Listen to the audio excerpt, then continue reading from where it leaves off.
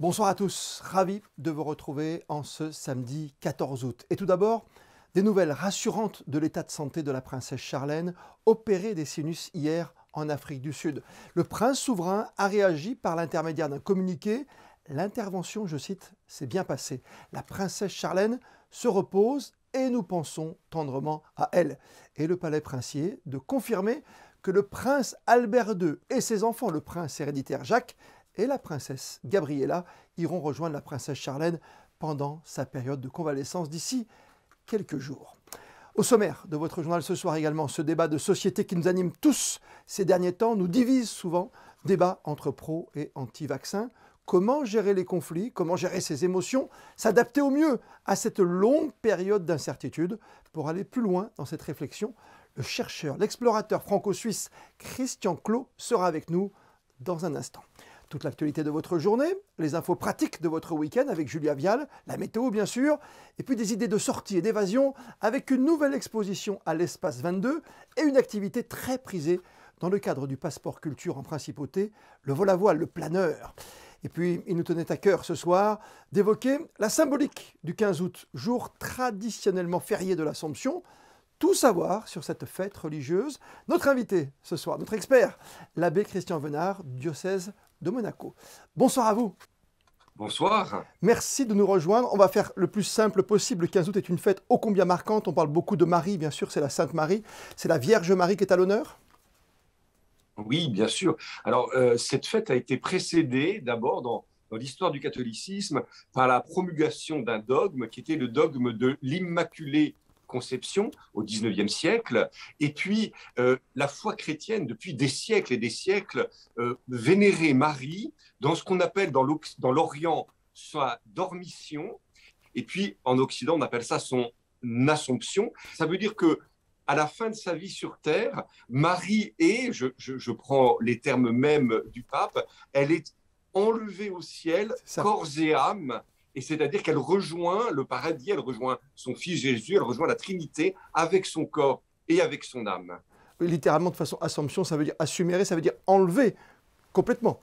Ce qui est extraordinaire avec Marie, c'est que Dieu permet néanmoins, dans de telles et telles grandes occasions de l'histoire humaine, que Marie puisse apparaître avec son corps. Et ça avait été le cas notamment à Lourdes, oui, où la jeune Bernadette voit cette dame, et elle la voit pour de vrai, ce n'est pas une image qu'elle voit, elle voit vraiment Marie. Et puis, d'une manière, j'allais dire, organique, très naturelle, les chrétiens se sont dit, mais on a envie, et donc ils ont pressé le pape pour dire, est-ce que vraiment, depuis des siècles, globalement, on sait que la dormition de la Sainte Vierge, c'est en Orient au moins depuis le VIe siècle qu'elle est fêtée. Et vous parlez de Lourdes, c'est le plus grand rassemblement? Lourdes reste pour la France le lieu du plus grand rassemblement avec ce qu'on appelle le Pélé national, le pèlerinage national à Lourdes. Et il faut comprendre que l'Assomption en France a une connotation tout à fait spéciale parce que Louis XIII, qui se désespérait d'avoir un héritier, a demandé à confier son royaume, le royaume de France, à la Vierge Marie, un 15 août. Et donc, il y a un lien, et pendant très longtemps, le 15 août, avant la période révolutionnaire en France, pendant très longtemps, le 15 août a été la fête nationale pour le grand pays voisin et ami qu'est la France. Et généralement, ici, nous, en principauté, c'est quoi? C'est une procession vers la cathédrale ou plutôt vers la Gué? En principauté, ce sont essentiellement les messes habituelles qui sont... alors bien sûr, j'encourage tous nos téléspectateurs qui sont sur place. C'est vraiment un beau jour pour aller à Notre-Dame-de-la-Gué, notre sanctuaire marial le plus proche de nous à Monaco. Et vraiment, ça peut être une très belle occasion d'aller se mettre au pied de la Vierge Marie. Vous savez, ce qui nous touche beaucoup, même pour les gens finalement peu croyants parfois, ou voire peut-être même incroyants, c'est dans l'image de Marie, on a l'image d'une créature comme nous, d'une jeune femme. Et pour nous, c'est très touchant de penser que Dieu l'a mise à un tel point d'honneur. Et donc, c'est un grand réconfort pour nous. Mais mon père, c'est également la seule, peut-être la plus grande différence aussi entre les protestants et les catholiques. Oui, alors les catholiques nous reprochent beaucoup en nous disant, mais alors vous êtes un peu des mariolâtres, un petit peu comme si on mettait la Vierge Marie sur le même plan que le Christ et que Dieu lui-même. Alors évidemment, que non. Hein. Mais dans la foi catholique, il y a vraiment cette idée que quand on se rapproche de Marie, on ne peut pas ne pas se rapprocher du Christ. Marie ne serait pas Marie si elle n'était pas la mère du Christ, si elle n'était pas la mère de Dieu. C'est à ce titre-là qu'on lui porte une vénération. Et donc, j'allais dire, quand nous avons une dévotion pour la Sainte Vierge, cette dévotion nous amène vers son Fils, inévitablement. Le décès du père Olivier Merck a dû vous toucher. C'est quelque chose qui est terrible pour l'Église aujourd'hui. Au-delà de cette tristesse, on sentait une forme de sérénité, parce que le Dieu auquel nous croyons nous a promis la vie éternelle, parce que ce Dieu nous a dit, si vous vous donnez par amour, moi, je serai là pour vous accueillir au jour de votre mort. Si bien que depuis la résurrection de Jésus, pour nous, la mort est un passage qui est un passage difficile, ne le nions pas. Mais si vous voulez, je ferai attention à bien distinguer le champ du religieux, voilà, ce message d'espérance, ce message d'accueil, de charité. Et puis, il y a les questions politiques que cela peut poser sur l'accompagnement des grands malades en psychiatrie un peu partout, en France en particulier, sur la question des étrangers sur le sol national, etc. Qui est la question du moment, oui. C'est un deuxième temps. C'est un autre champ, c'est le champ du politique, et il faut laisser le politique s'en saisir. On ne peut pas barricader non plus devant les églises, vous voyez ce que je veux dire, mon père? Oui, oui. C'est-à-dire, l'Église est faite pour être ouverte, elle est faite pour être ouverte en particulier aux plus pauvres, et nous en sommes. Dès que nous débutons une messe, nous commençons par nous reconnaître pécheurs, nous reconnaissons notre pauvreté, et si l'Église n'est plus ouverte aux plus pauvres, aux plus fragiles, y compris quand ce sont des fragilités psychiatriques, alors elle n'est plus dans son rôle. Elle n'est plus dans son rôle, et ce serait, voilà, l'Église n'est pas faite pour être claquemurée derrière quatre murs. Ça a d'ailleurs été, vous voyez, notamment dans notre principauté, toutes les discussions entre le gouvernement et l'archevêché, tout en respectant des consignes évidentes au milieu de cette crise sanitaire, pour que néanmoins, toujours, nos églises puissent être ouvertes à ceux qui en ont besoin. Merci mon père, merci d'avoir été avec nous. Bon 15 août, demain, peut-être une petite procession dans votre région de villégiature, je vois, puisque vous n'êtes pas en principauté, on ne va pas le cacher à nos téléspectateurs ce soir sur Monaco Info. Oui. En tout cas, bon recueillement. Et je souhaite, de fait, même en n'étant pas présent en principauté, je souhaite à tous ceux qui y sont une très très belle fête de l'Assomption. Et vraiment, je leur souhaite de recevoir des bénédictions du ciel en ce jour. Merci mille fois d'avoir été notre grand témoin ce soir. Merci à vous. Et avec Julia Vial, votre point info du jour. Et on débute avec le football et l'AS Monaco qui a trébuché hier soir en championnat à Lorient. Bonsoir Julia. Bonsoir Christophe, bonsoir à toutes et à tous. Soirée à oublier pour l'AS Monaco. Opposé au FC Lorient, les Rouges et Blancs se sont inclinés sur la plus petite des marges, 1-0. Mais malgré cette défaite, il y a tout de même, Christophe, un chiffre à retenir avec 73% de possession de balles pour les Monégasques. Malgré cette nette domination, les hommes de Niko Kovac n'ont pas su s'imposer. Il faudra vite passer à autre chose puisque dès mardi, ils recevront le Shakhtar Donetsk en barrage aller de la Ligue des Champions. Le premier grand tournoi professionnel de rugby à 7 pour notre équipe monégasque. L'île Nextenso Super 7 s'est déroulé, Christophe, à Aix-en-Provence et 16 équipes de haut niveau se sont affrontées toute la journée.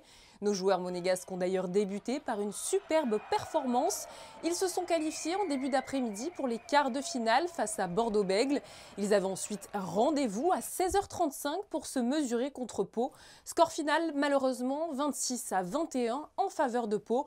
Le débriefing de ce tournoi à retrouver dans votre JT de ce lundi 16 août.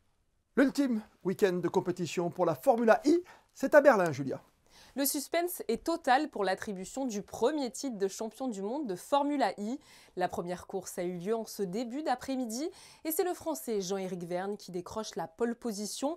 Derrière, on retrouve son coéquipier Antonio Félix d'Acosta et Luca Di Grassi de chez Audi. L'Azuréen Norman Nato a lui terminé à la 5e place, mais il ne pourra pas prétendre au titre. Pour la 15e et dernière manche, rendez-vous demain en direct de Berlin à 15h30. Après cette ultime course, l'un de ces pilotes sera sacré champion du monde. Suite de notre série de coups de projecteur sur les activités proposées par le Passeport Culture. Aujourd'hui, quittons Monaco et prenons la direction de Fayence, où le Passeport Culture a permis à de nombreux jeunes de s'envoler. Le récit de Sandrine Nègre, image signée Olivier Henrigaud. C'est ce que l'on appelle prendre de la hauteur. Ils sont âgés de 15 ans et plus. Ces jeunes ont effectué leur baptême de vol en planeur, après bien sûr une présentation et une découverte des appareils. Quand j'étais en vol, c'était très amusant au début d'être tracté par un avion, et c'est quand il commence à partir qu'on se rend compte vraiment de comment ça se passe. Il y a à la fois de la joie, de l'intimidation parce qu'on a envie d'en faire toujours plus. Et après, c'est vrai que quand ça s'arrête, on est un peu chamboulé quand on revient par terre. Et cette opération est le fruit d'un travail main dans la main entre l'association monégasque de vol à voile et les équipes du Passeport Culture. Super, franchement super. En plus, le moniteur Victor, il était adorable. J'ai un peu visité. On est allé aux Alpes, on est allé voir Saint-Raphaël, le lac de Saint-Cassien. On a fait des petites pirouettes, c'était super. 30 minutes inoubliables à la découverte donc de la nature, une occasion de penser peut-être d'ailleurs que le plus bel endroit sur la planète, c'est le ciel.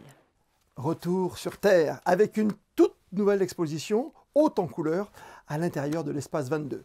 Reportage signé Yannick de Bever. Entre peinture, sculpture, poèmes concrets et abstraits, l'espace 22 est complètement redécoré aux couleurs de l'art. La couleur, d'ailleurs, c'est peut-être la première chose qui frappe quand on passe le pas de la porte. Je pense que pour cette exposition, c'était important d'avoir de la couleur. Et dans ces périodes un petit peu difficiles, je pense que l'art vraiment apporte quelque chose d'important dans la vie de tout un chacun. 14 artistes sont exposés dans la galerie d'art éphémère, représentant 9 nationalités différentes. Les œuvres bien distinctes selon les créateurs forment une symphonie artistique qui fait voyager le visiteur d'un univers à un autre. C'est un peu de l'inspiration et un petit peu une sélection que je fais par rapport aux expositions que j'organise, par rapport au lieu, par rapport à l'endroit. J'essaie de trouver quelque chose qui les relie par rapport peut-être à certains détails, la structure, les matières. Le plaisir est à la base de toutes les créations avec des inspirations qui viennent de tous horizons, comme des mots, de la musique, le quotidien, le fantastique ou bien même le luxe. Et parmi les œuvres, certaines sont porteuses de messages. J'ai présenté un aileron de requin, qui est cette pièce-ci, et 2 hippocampes, et d'autres pièces qui sont en bas, mais la particularité, c'est que ce sont des animaux qui sont en voie d'extinction, même les hippocampes, alors que c'est un petit animal adorable. Donc c'est un peu ça qui me motive, en fait, c'est de faire quelque chose qui est lié à une certaine préservation de l'écosystème. Jusqu'au 27 août à l'espace 22, Multi-Art Events propose en substance une réflexion ouverte à tous. Et vous, quelle est votre définition de l'art ? Grand témoin ce soir sur Monaco Info, Christian Clot, explorateur, chercheur et directeur de l'Institut de l'adaptation humaine. Bonjour à vous.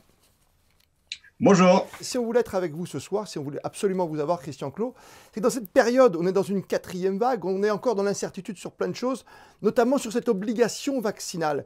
Parce qu'on a l'impression que c'est ou blanc ou noir, qu'il n'y a pas de demi-mesure, c'est où on est pro-vaccination, ou on est anti-vax, anti-pass. Oui, c'est une période difficile où chacun essaie de s'adapter à sa manière. C'est-à-dire qu'on parle beaucoup du complotisme, des choses comme ça. Il y a surtout beaucoup de gens qui simplement ne comprennent plus ce qui se passe et qui vont chercher l'information, entre guillemets, au plus simple. C'est le défaut, la difficulté face à ces situations. Et c'est pour ça qu'il faut énormément de pédagogie, énormément de communication. Et c'est peut-être ce qui manque un peu dans cette période de crise, d'ailleurs. Chercher l'explication. Arnold Schwarzenegger disait dans un tweet il n'y a pas très longtemps, si je voulais être Monsieur Monde, Mister Monde, je savais à qui m'adresser, notamment à moi-même, mais pour la médecine, je m'adresse à un docteur, tout simplement. Oui, alors les docteurs eux-mêmes sont des fois un peu perdus, on le voit, il y a des déclarations de la part de certains médecins qui sont parfois à l'emporte-pièce, donc c'est très compliqué aujourd'hui pour une personne lambda qui n'a pas de connaissance médicale initiale d'aller chercher la bonne information. C'est la difficulté d'une crise comme celle-ci, elle évolue très vite, mais je dirais, il faut replacer ça dans un contexte actuel, d'un virus qu'on connaît mal, et il faudra accepter ces mêmes difficultés face au changement climatique, face aux nouvelles évolutions de nos sociétés, qui vont elles aussi être de plus en plus changeantes, et c'est peut-être ça l'adaptation qu'on doit faire aujourd'hui. Accepter de se transformer, de changer, peut-être d'un jour à l'autre. Et oubliez peut-être cette phrase à un moment donné qui sera la phrase de l'année, c'est le fameux « on n'a pas de recul ». Oui, évidemment, on n'a pas de recul, mais en même temps, les événements d'aujourd'hui pour de plus en plus nous pousser vers des situations où on n'a pas de recul. Quand vous voyez tout ce qui se passe aujourd'hui, les inondations, les feux de forêt, les choses comme ça, c'est pas nouveau, comme les virus ne sont pas nouveaux. On retrouve aujourd'hui, malgré toute la connaissance qu'on a, la technologie qu'on a, des situations où on ne comprend plus la vitesse à laquelle surviennent les événements. Mais là, on oblige, c'est une obligation vaccinale, par exemple. Est-ce que vous comprenez que des gens ont encore besoin de cette fameuse liberté de dire « Non, moi, dans mon corps, je ne mets pas de vaccin ». Oui, on peut le comprendre. On peut comprendre que des personnes soient réfractaires. Et je comprends plus quelqu'un qui aujourd'hui me dit « Mais moi, je n'ai jamais accepté de médicament de ma vie, donc je ne vais pas accepter celui-ci », que des personnes qui prennent déjà des antibiotiques et qui refusent un vaccin. Oui. Je dirais qu'aujourd'hui, il faut être pragmatique par rapport à ce qu'on fait. Il faut prendre les choses avec recul. On dit que c'est inadmissible que les restaurateurs, par exemple, doivent contrôler un pass sanitaire. On oublie qu'ils doivent déjà contrôler l'âge des personnes avant de leur servir de l'alcool. Ça fait partie des obligations d'une société où tout citoyen, citoyenne doit accepter de faire part et de prendre part à la lutte contre quelque chose qui nous est effectivement très difficile de comprendre. Et on a l'impression qu'il n'y a pas, encore une fois, il n'y a pas de demi-mesure, on ne peut pas peine de bémol. On se dit, il faut se faire vacciner, ou alors c'est je refuse et j'attends la fin du pass sanitaire, par exemple, un 15 novembre prochain. Je crois qu'aujourd'hui, la chose la plus importante, et ce sera vrai pour beaucoup de situations dans l'avenir, c'est d'accepter de ne pas avoir des positions définitives. C'est la clé. Lorsque l'humain décide de coopérer, lorsqu'il accepte la diversité, alors il est capable de tout. Et c'est peut-être ce qu'on doit aujourd'hui retrouver. Et quand ça marche, c'est extraordinaire. Je crois que c'est ce qui nous manque aujourd'hui. Il va falloir retrouver de la sérénité. Et c'est ce que j'espère maintenant dans la suite de la Covid et de cette situation qui n'est pas terminée, c'est qu'on retrouve un peu de sérénité, de discussion. D'ailleurs, est-ce que c'est rationnel ou irrationnel de se dire aujourd'hui je ne me fais pas vacciner? Est-ce que ce n'est pas un devoir finalement pour la communauté tout entière? Il était compréhensible au début que les gens aient des craintes. Aujourd'hui, on a des reculs suffisants. Effectivement, on a déjà sur la planète plus de 4 milliards de personnes vaccinées. Ça veut dire qu'on a quand même un recul exceptionnel, quasiment unique dans l'histoire du vaccin. Donc oui, je pense qu'on peut y aller avec une certaine sérénité. Et il faut se mettre dans la tête que les choses vont être encore longtemps dans cette incertitude. Mais l'incertitude, l'humain sait la gérer lorsqu'il accepte qu'elle existe. Et c'est peut-être notre premier travail aujourd'hui, se dire que l'incertitude devient une constante et avancer avec cette situation-là. Là, quand on parle de malade de la Covid, on a l'impression que cette personne est un peu rejetée quand même de la société. On ne lui demande même pas comment il va. On a surtout peur de ne pas l'avoir nous. Vous voyez ce que je veux dire? Est-ce qu'il y a cette honte, ce rejet qui arrive souvent? C'est pas facile de vivre avec. Il faut accepter que c'est une maladie, qu'elle met les gens en péril, qu'elle met les gens en difficulté et que nous devons les soutenir, que nous devons être derrière elles. On oublie que malheureusement, parfois, la maladie nous tombe dessus. On le voit avec le cancer, on le voit avec d'autres maladies, même si on a une alimentation saine, même si on est bien. Nous ne sommes pas égaux en tant qu'humains face aux maladies. Il faut l'accepter et il faut soutenir beaucoup les personnes qui aujourd'hui luttent pour se sortir, retrouver une vie normale après un épisode Covid. Mais vous êtes d'accord que ce n'est pas simple de gérer un côté clivant comme aujourd'hui? Si on parle de privation de liberté aujourd'hui face à la Covid, que je comprends, que ferons-nous lorsqu'il y aura des restrictions beaucoup plus importantes face au changement climatique, par exemple? Lorsque l'inondation va balayer certains villages, on ne pourra pas parler de restriction de liberté, il faudra reconstruire le village. En conclusion et en résumé, et en vous remerciant pour cet entretien combien passionnant encore aujourd'hui sur Monaco Info, Christian Clot, si je vous demande comment gérer, s'adapter au mieux à cette longue période d'incertitude, vous me proposez quoi? De l'émerveillement, comme toujours, même dans les conditions les plus extrêmes, puisque vous l'avez vécu, vous, déjà? Oui, alors, je sais que des fois, ça fait rire certaines personnes, mais je conseille vraiment aux gens de se trouver les moments de bonheur et de plaisir. Le problème du cerveau, c'est que quand il est focalisé sur un problème, il rentre ce qu'on appelle dans un effet tunnel. Il ne voit plus que le problème et il ne peut plus rien faire d'autre. Mais avoir des moments de plaisir, des moments d'émerveillement, des moments où on se fait du bien, ça permet au cerveau de prendre une respiration et des fois ouvrir un peu ce tunnel et réaliser que, attendez, peut-être que j'ai un peu poussé le bouchon un peu loin. Mais surtout, d'accepter les changements très rapides. Ce sera ça notre vie dans le futur. Des changements de plus en plus permanents. Et il faut simplement ne plus lutter contre ces changements, mais réfléchir à la meilleure manière d'accompagner ces changements. Et pour éviter toute violence, quelle qu'elle soit, communiquer, comme vous l'avez dit, comme nous l'avons fait ce soir ensemble. Christian Clot, chercheur, explorateur. Merci d'avoir pris tout ce temps pour nous, en tout cas, ce soir sur Monaco Info. À très vite. On vient de l'évoquer avec Christian Clot, Julia, la vaccination. Et pour ce nouveau point info, nous avons de nouveaux chiffres. 24 913 personnes ont reçu une première dose de vaccin, Christophe, soit 64,9% de la population totale. À savoir qu'il y a désormais en principauté 20 170 personnes qui ont reçu leur dose et qui sont donc totalement vaccinées. Et à partir de demain, n'oublions pas ce rappel d'importance. Dès le 15 août, les tests PCR réalisés sans prescription médicale ne seront plus remboursés. Les salariés de la principauté devront eux aussi avoir une ordonnance pour réaliser un test. Seuls les résidents monégasques pourront continuer à se faire dépister gratuitement au centre national prévu à cet effet. Hier soir, on a beaucoup chanté sous la voûte étoilée du Monte Carlo Sporting Club. Le public monégasque avait en effet rendez-vous hier soir à la Salle des Étoiles avec le célèbre groupe Gypsy King. Une soirée qui a débuté sous les meilleurs auspices avec cette chanson. Écoutez.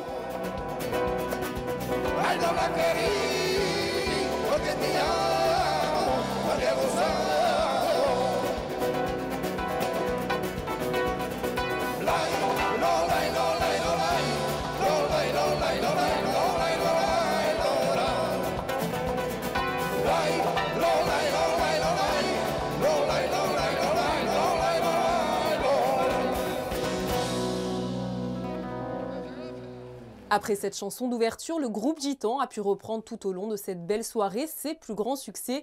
Nul doute que les fans ne sont pas prêts d'oublier cette avant-dernière représentation au Sporting Summer Festival de Monaco. Merci d'ailleurs encore à Sandrine Nègre et Thomas Deus qui étaient sur place pour nous faire vivre ce bon moment. Opération réussie pour les Anges Gardiens de Monaco. Pas moins de 1 000 € Christophe ont été récoltés lors de cette vente caritative à Fontvieille. Cette somme a été atteinte en seulement 3 heures, incontestablement grâce à la présence du mannequin Victoria Sylvestre, ambassadrice de l'association Les Anges Gardiens. Elle a conquis tous les visiteurs qui se sont montrés généreux. Les fonds récoltés serviront Christophe à aider de nombreuses personnes dans le besoin. La météo, Julia, est de la chaleur. Encore et toujours ? Un dimanche d'Assomption idéal est attendu, Christophe. Un grand soleil sera présent sur toute la principauté. Les chaleurs, elles, seront un petit peu plus clémentes avec 31 degrés de maximale prévu. C'est un peu moins que ces derniers jours. Le 15 août, on célèbre la Sainte Marie. Ce prénom est dérivé de Myriam, d'origine hébraïque, qui signifierait goutte de mer. Il fait référence à la Sainte Marie, la mère de Jésus. À savoir que d'autres prénoms sont fêtés le 15 août, Alfred et Alvin. Et en ce long week-end de l'Assomption, idéal pour une agréable baignade, il est de bon ton de revenir sur la tendance en matière de maillot de bain cet été en principauté. L'enquête de Charlotte Moreno. Un vêtement léger qui pose de bien sérieuses questions. Comment le choisir? Plutôt montré ou caché? Disons que maintenant, vu mon âge, je suis plus sur les une pièce. Voilà, et puis je regarde un peu la tendance, les coloris, les motifs, les formes. J'aime bien quand c'est un peu échancré.